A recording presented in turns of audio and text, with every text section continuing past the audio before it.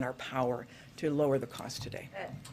Thank you, Madam Secretary, for doing this. There are various figures about this, so I'm curious if you know, how many barrels of oil does the U.S. consume per day? I don't have that number in front of me, So sorry. some suggest it's about 18 million, which would suggest you're releasing less than 3 days' worth of supply from the petroleum reserve.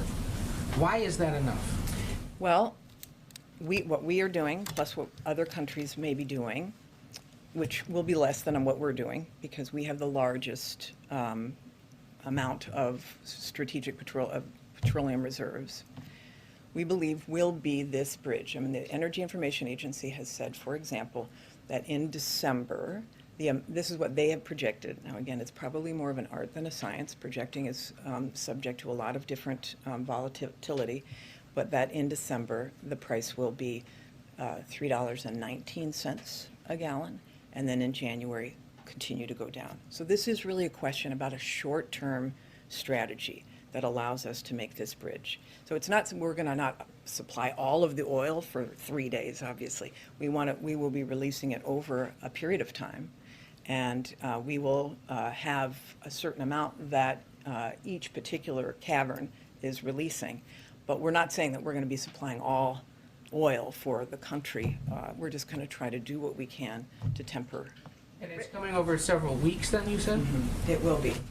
Well, first of all, we are not going to release it all at once. It will be thoughtfully done over the next bit of time, and it will be dependent on those who bid.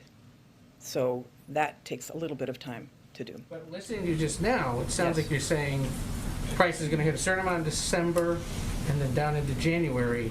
Yeah, it'll it hit a will be lower over mark. a few weeks. It'll be over. So we're looking at increased prices continuing through the Christmas season. Well, we're hopeful that this will, because it's increasing supply and it's the largest effort ever, we are hopeful that there will be a lid. Although some of this, honestly, there has been movement on oil. The price of per barrel has dropped about 10% since this conversation started and was out there.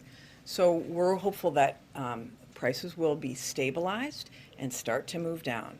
We are not saying that there is going to be some dramatic difference, but we also are recognizing, and everybody needs to, I think, be a partner in letting people know that last year was an anomaly because demand during COVID for gasoline was so low that the prices were so low. And when demand is high, the price goes up. And demand now has exceeded supply, and we are doing our part to make sure that we can alleviate as much of that pain as possible. Rachel. Thank you, Jen.